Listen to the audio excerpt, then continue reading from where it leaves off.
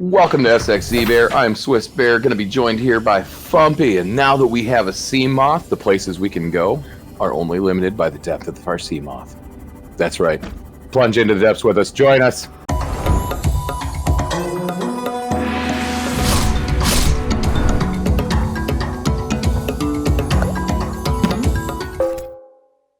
Coming back from the sunbeam, that being what it was, we kind of wrapped for the day.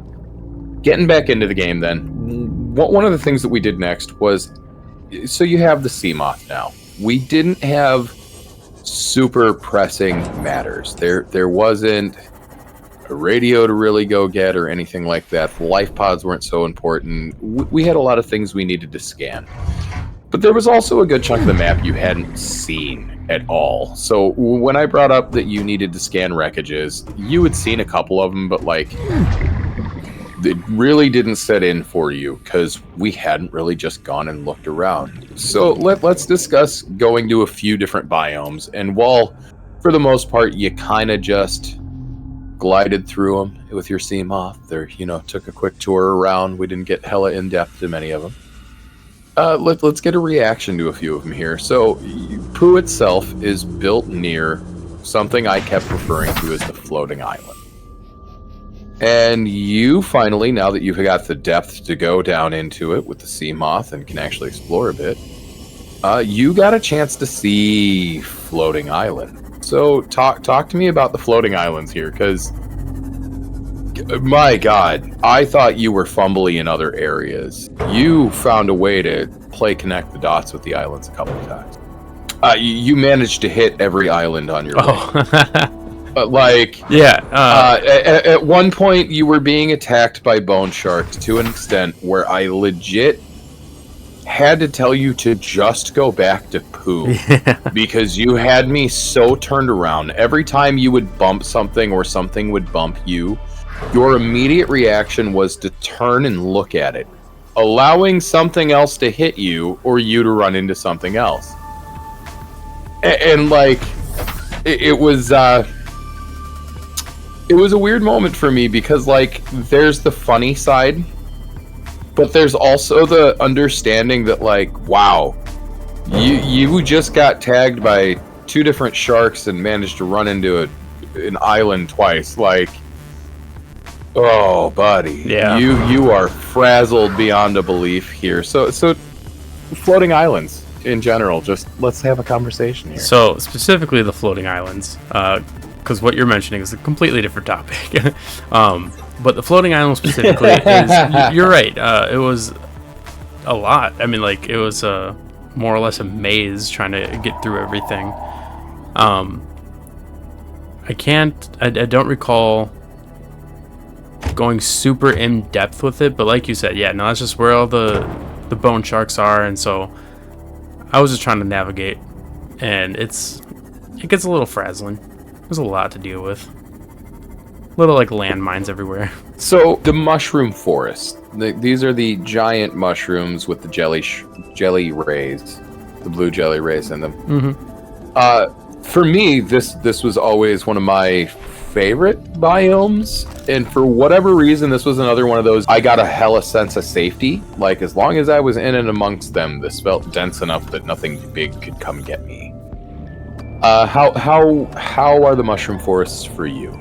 The mushroom forest is fun. I mean, not fun, but like you said, it's safe. Especially with the blue rays, and they're just chilling. They might not be called blue rays. I forgot what they're called, but jelly rays. Yeah. So it's just having the jelly rays around, having that little luminescent. And like you said, having all the trees around where you could just kind of navigate through and kind of avoid danger. Like you said, it was definitely I wasn't on edge, which is saying something, because I'm usually on edge unless I'm right next to my base or in the safe shallows. Right, and I'm pretty sure I took you. We ended up wandering into that straight off of the floating islands anyway. So coming off that. Yep. Really nice come down, or kind of a mellower for you. Mm-hmm. Oh yeah, definitely. I do know at first that you pulled up to one of the jelly rays and were like, "What is this thing? What does it do?" And I'm like, "They're friendly. You're fine." Yeah. Because it screeches. It doesn't like the light. After jelly shroom, I'm trying to help you find a couple of different places. And this is where I realize we've only really been searching on the one side of the map. So I send you back the other direction. And that's where you got to experience a little bit of sparse reef area. Your reaction was the same as mine in the sparse reef. It was the dead opposite of the mushroom forest. Nothing out there felt safe. There's nothing around. You're in the wide open. It's a strange lighting. I've never liked the sparse reef. I never feel comfortable in the sparse reef. I don't use the sparse reef unless I have to. There's only one thing out in that area I'm interested in. How did you feel about sparse reef? I mean, we got a couple of like the glowing bulbs and everything like that, which will be used in the later game, which I have yet to come across. But I didn't feel any like incredibly like sense of danger to begin with. Like you said, it was open, so it was a little ominous. But other than that, I was ready to explore. And then you were just like, "Now go deeper." Right. You didn't fear it until we come back here. So you go a little bit deeper out there by the sparse reef near the giant floating island. And that's where you come across the first section of Bulb Zone area. Bulb Zone's pretty, but the main thing that we took you out there for the sparse reef, and we're going to talk about an animal here now, is your next Leviathan. Your sea treaders. Which, when you mentioned Leviathan, I was just like, oh god. Like for some reason, you just think of Reaper right away when you see Leviathan, even though we have the Reefbacks. The Reefbacks.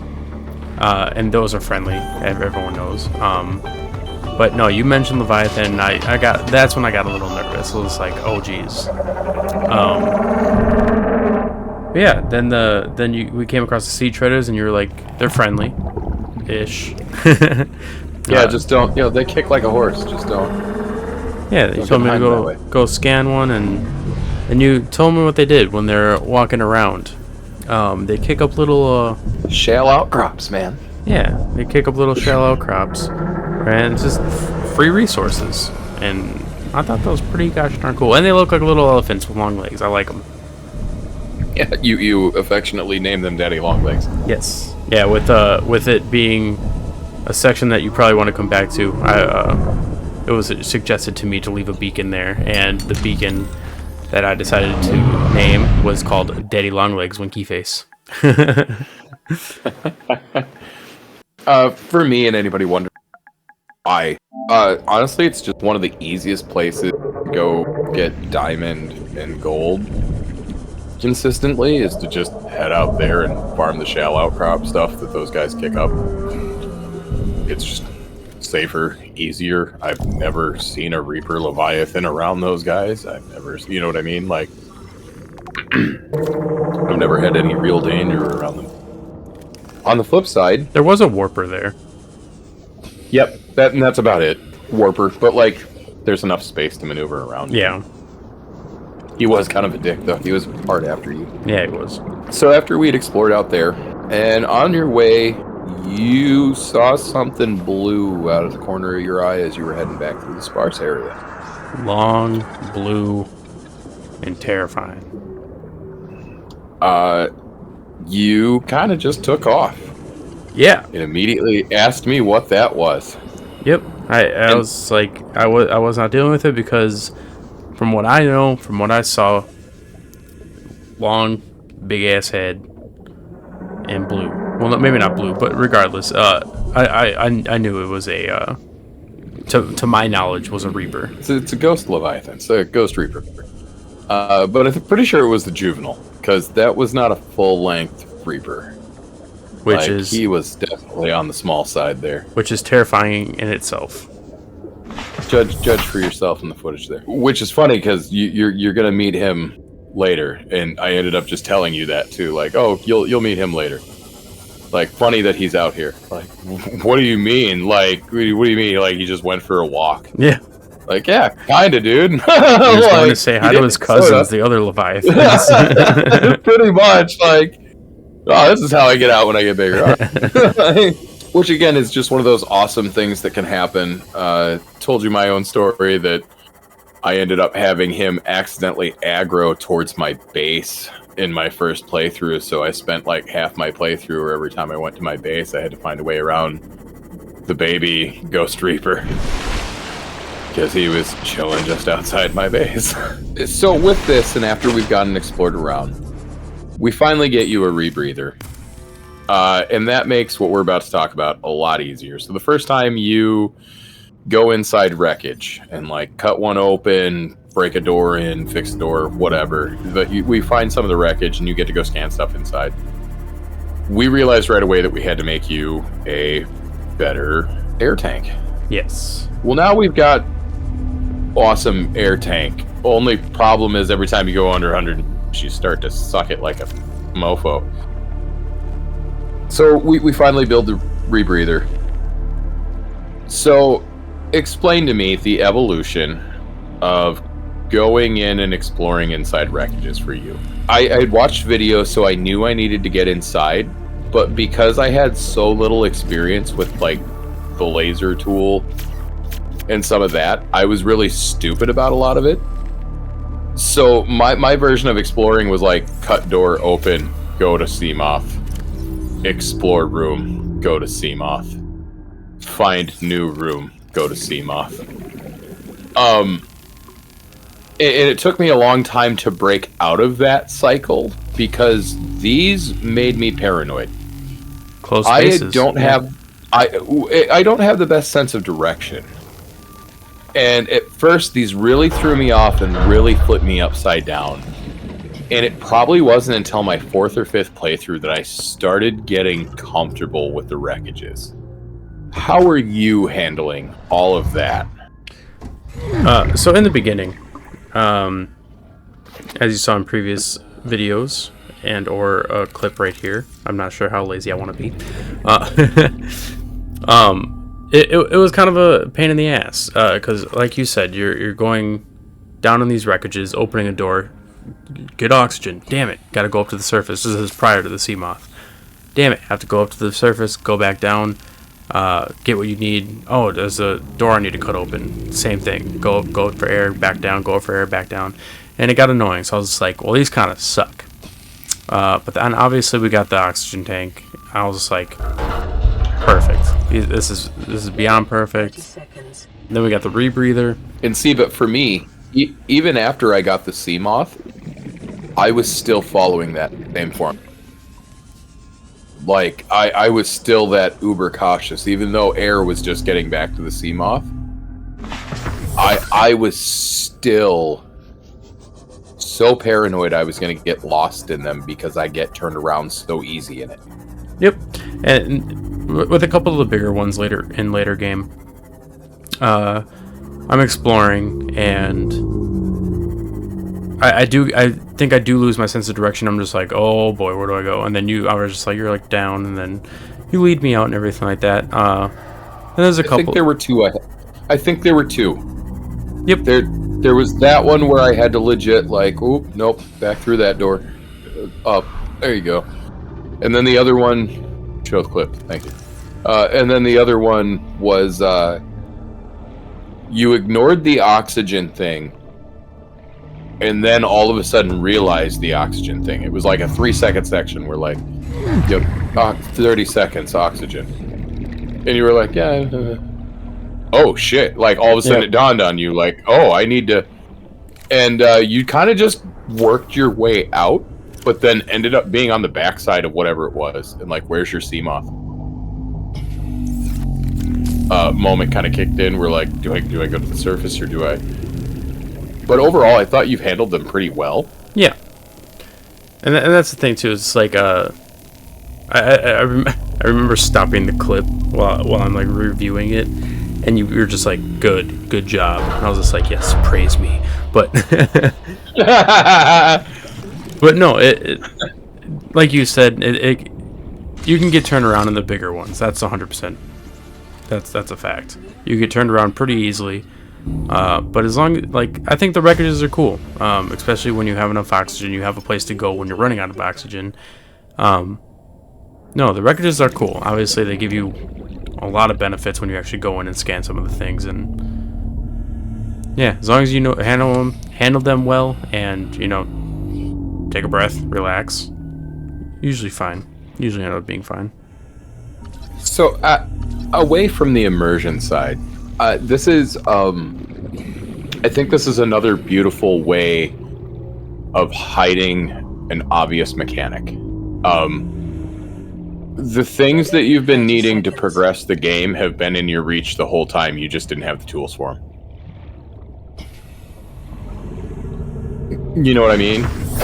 Like, so some of the things that you're finding in these, like the modification station, some of the arms for the prawn suit coming up, the moon pool, the scanner room.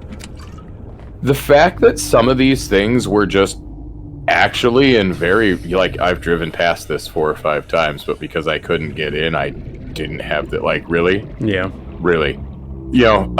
For you, it hasn't been so bad because I'm able to tell you where you're going to be finding them or on some of the progression. But for me, that first time, it was like I had to go look up what to do with them because it didn't naturally come to me that, like, I kept trying to look further out because everywhere else caused me to explore further away.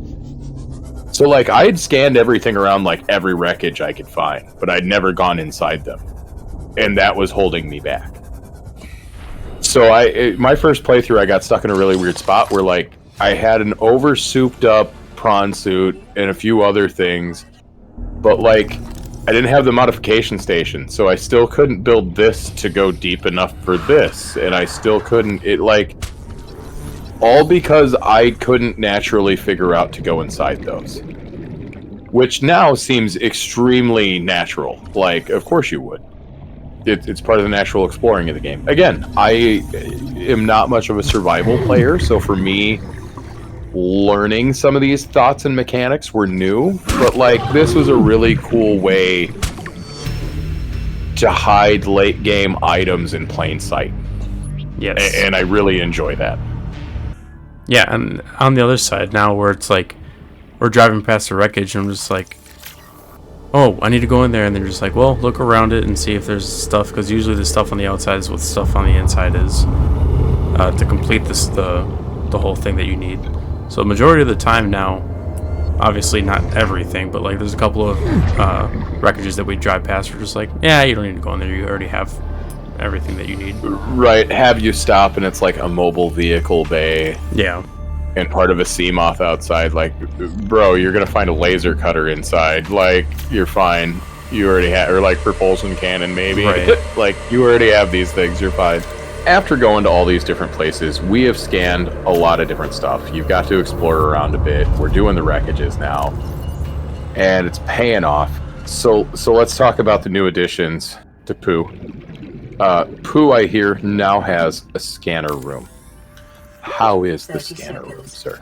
Scanner room is incredibly nice. After I figure out what it was. Obviously, you build it, you go in it, you see a big blue map, very futuristic. But then I think I just, like, walked in there. I was like, cool. And then I walked out. They were like, no, go explore it. And then obviously there's terminals on the wall where you can actually pick things like, oh, you need titanium. Here, let me search for titanium, and it shows you on the map, which is really sick. Like, that's amazing. It makes this game a little bit easier, a little load off your shoulders. But obviously, from what we learned, the scan room only helps you for the things that you scanned. Which, through this gameplay, if you haven't noticed, I don't scan all that much. Yeah, you're not great at it. So it becomes a little bit of a hindrance. I feel like some of that is due to me. This is where I am somewhat of a natural handicap, because when you scan something that's not useful, like, I let you scan it, and then I like, yeah, you're never going to do that again. Right. Or like, well, I'm glad you scanned it. It was a good call. You'll need it for endgame. Like, cool. What does that mean? You'll find out. I'm not going to tell you anything, but, like, there's a point where you got to where you stopped naturally scanning everything out of wonder and just went to the like. If I need it, I'll be told. He'll tell me, yeah, like he'll tell me if it's important. Yep. So again, this is one of those like I only told you if it was ruining what we were trying to do at the moment. Mm-hmm. So like you went the longest time without ever scanning sandstone. Like you saw what one was, I told you what it was, told you to break it. You never bothered to scan it. Like there were a few different things like that. So the scanner room was cool because that's when you realize like, oh, I should like yeah. Like nope, I wasn't holding your hand on that. I only if it ruined what we were working on at the time. Mm-hmm. and the scan room only does a couple of things because there was a time where just like I think we were looking for teeth for enameled glass. Stalker teeth, yep. And you're just like, oh, let's go check if it's in your scan room. It wasn't. Cool. We didn't scan it. That's when we kind of figured it all out. Then we ended up scanning a tooth, and it just never showed up. So there's a couple of things, probably more than what I've scanned clearly, but there's just a few things that. And I'm wondering if that's not an upgrade or something that we need to do because we haven't really upgraded in the scanner room yet. Right. We haven't gotten to many of the upgrades. We're talking the basic rooms here. So, but we'll be interested to see because I never really used the scanner room myself. So with the scanner room comes a room that uses a good amount of power, and if you leave the scanner on at night because you were only operating on solar panels, it was going to be a problem. So we build the bioreactor, which on the surface you were kind of just like, okay, I'm building a like why am I building this? Then we installed it. What is your take on the bioreactor for a power source? Symmetry. No. No. Okay. Inside joke for anybody wondering, symmetry. You'll see it. I'll play the clip when we get to it. Yeah, I was going to say. See the clip. So we built a bioreactor, and he explains to me what it is. And one, it's super cool because you use plants. Cool. I have plants. So I put 4 lantern... What are they called? Oh, you can put anything in. You can put alien eggs in there. You can put freaking any organic material we want in there. It's a bioreactor. Which is amazing. So I ended up planting a tree next to my lantern bioreactor. Fruit. Yep, lantern fruit. I ended up planting a lantern fruit next to the bioreactor, placing them in. Cool. I'm charged up. I'm ready to go. And then as I'm leaving, I was just like, no. I want symmetry. 2 lantern trees. And it was funny because the logical side of me was like, dude, that one tree is going to produce more than enough fruit for your bioreactor all the time. But I'm like, he kept going for it. And I'm like, I need to ask, what's the big deal? Symmetry. One word answer. But yeah, no. So I got the bioreactor. I got stuff for the bioreactor. I have as much food as I could ask for. I don't really need to go for fish. Like, it's nice. The strange quality of life upgrades. You know what I mean? Like, yeah. You built an energy source to have better energy in your base. We did this before you ran into energy issues. But now you have an abundance of food. Like, other things have been made so much easier. Of course, with the bioreactor, building on the scanner room, comes the big room I'm sure you are very excited to talk about for all that it unlocks. Oh, yeah, big time. We're going to be talking about it. We'll be talking about it in future episodes. Like and subscribe. Catch us on those future episodes as well. The moon pool, sir. The moon pool. The indoor vehicle housing facility. Your underwater garage, if you will. How do you feel about your moon pool? The entire time we're scanning these things, you're talking about the moon pool. I'm just like, whatever. I don't know what the fuck this is. I'm just going to scan it and just move on. And then we build it. Okay, so I have to ask the question beforehand. As a fan of sci-fi movies, I've known what a moon pool is and the science behind moon pools, and it's fucking absurd. They're real things. They exist. You can actually do this. They're fucking wicked on so many levels. So did you know what a moon was when I said moon pool? No, sir. Okay, that explains everything. Continue.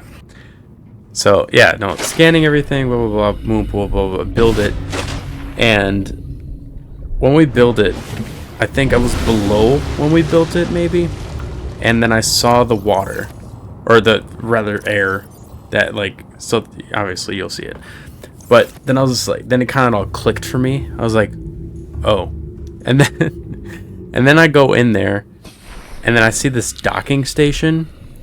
I was like, oh, and then automatically I think I just jump into my Seamoth, dock it. I was like, fuck yeah, dude, this is sick as hell. You then do something that I feel like I knew you could, but I don't know that I've ever actually done. And that's, you fall back into the water, whip out the Sea Glide, and launch yourself back up onto it without using the stairs. You legit just up out of the water, Sea Glide onto land. And I was like, why have I never dolphined out of here? What the hell? Like, this seems like the most logical and natural thing, and I've never done it. Never done it. Two things with that. One, did it once, tried it multiple times after, failed every single fucking time. Really annoying. Two, I have no use for my hatch anymore. I don't use my hatch. That's how I enter my base now. Which is funny, because I'm the opposite. Like, unless I was taking the Seamoth or something that required me to leave via the moon pool. Nope. Hatch. Hatch was safety. Hatch meant safety. Like... But no. That's funny. Are we going more deep into what the moon pool is? Oh, yeah, keep going with the moon pool here. So, the next thing that you do upon docking is... and I knew you were going to be excited for this. Anytime there is any level of customization to something, Phumpy gets just a little excited. I love that. So I lead you to the terminal where you can name it and give it a color. So let's talk about the name real quick. Okay, so I asked when you named your base Pooh. Why Pooh? So, Phumpy gets to name a Seamoth. Hey, Phump. What are you naming your Seamoth? It's only fitting that I name my Seamoth P. P-E-E. P.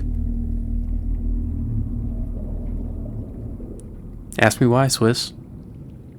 Why? Pee-poo. Sorry. What? Sorry. Yeah, that's what he said. He literally poo-poo pee-peed me. I'm like, oh, okay. Like, ask stupid question, get stupid answers. I should have seen this coming. I didn't. And the best part. I'm sorry. And at the best part of all of this is in your moon pool, next to your terminal. It lets you know that your Seamoth is docked, but it says it by its name. So it says P-docked. And that's amazing. Oh, I'm 29 years old. I think he stared at P-docked for probably a good 2 minutes. He even saved on it, hoping the screen would save there. Oh. When we picked up at the next session, he was actually immediately reloaded. It's like, why wasn't I staring at P-docked? Like, I thought that's where we picked up, and I was like, wow. No, we did a couple other things, and then you saved. But you know, hey, I'm a grown ass man, Swiss. Okay, so moving on to the customization. God, do I love customizing shit. I love making shit my own. It makes me feel so good. And so I go in it. But by the way, the way you customize things, the way you maneuver around the terminal screen, annoying. I got really frustrated. Agreed. Like, I was trying to use the D-pad, but the D-pad wasn't working, so I used the fucking... Yeah, it was just... It was frustrating. So there's a couple of different things in the game that interact that way. And I've always wondered, like, was it a limitation, or is this, like, we want you to feel like you're using the terminal? Because, like, if you wanted me to feel like I was struggling to use a futuristic terminal I didn't understand, hey, You did it. great job! Because that felt way harder than it needed. Man, Mario Paint on the N64 made more sense than... You know what I mean? Yeah, like, dude. man, I've seen some really cheap leap pad things that function a little bit better than the interface with those terminals do sometimes.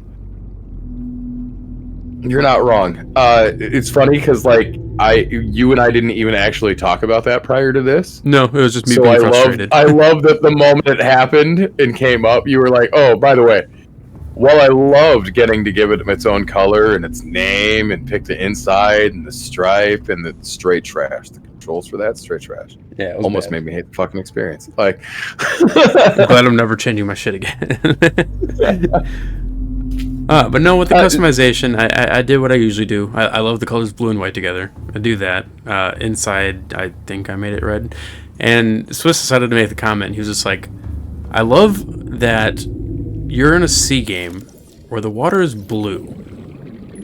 And you have enough trouble finding things, and you decide to make your sea moth blue. I was just like, yeah, I'll find it.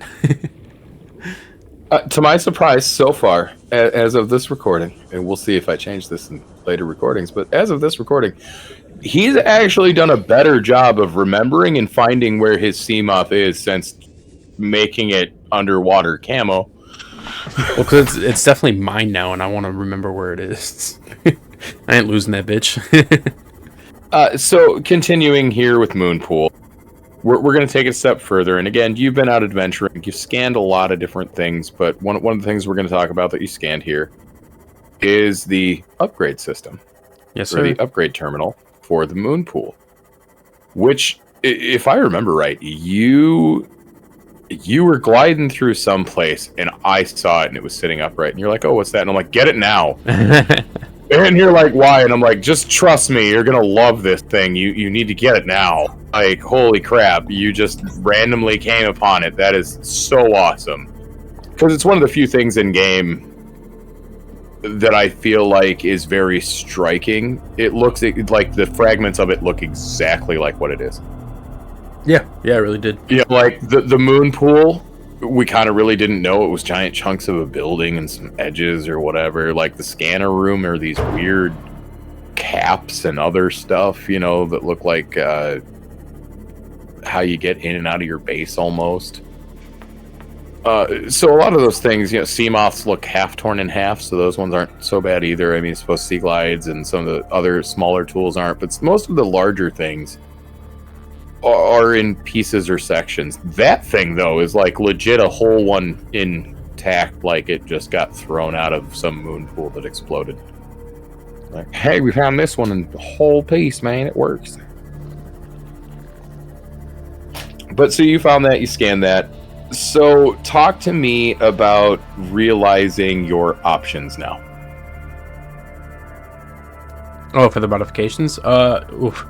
So, we went through them. We went through all the modifications, and I'm reading them, and again, me being me, you've seen the gameplay, you heard us talk about it.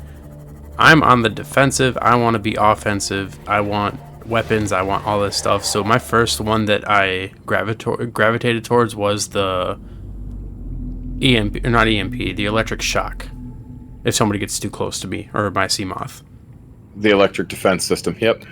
And perimeter defense system, yep. And I think we discussed further on that I might still go with that, but it kind of sucks too, because it's like you gotta initiate it. Like, it doesn't work if like a sand shark decides to just bite your shit. Like, you gotta like get close to it, then do it, and it just stuns them a little bit.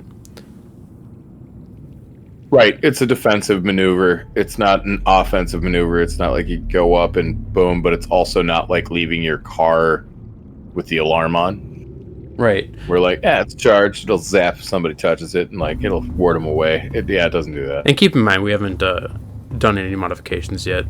So if you have any suggestions or reasons why, leave them down in the comments. Depth modules are all we've done, and I think you did the reinforced hull. Nope, not yet. But that was one that Okay. we were 100% going to do for how much I bump into ship. So that's just a general one. But yeah, the reinforced hull always seems like a good go-to. And I mean, you only get the 4 upgrade slots for the Seamoth. Well, now that our scanner tool is completely worn out and we've got to recharge the batteries, we thank you for joining us here on SXZBear. I'm Swiss, he's Phumpy. Like, subscribe, catch us on the next one when we probably build the things we scanned and, all the fun stuff.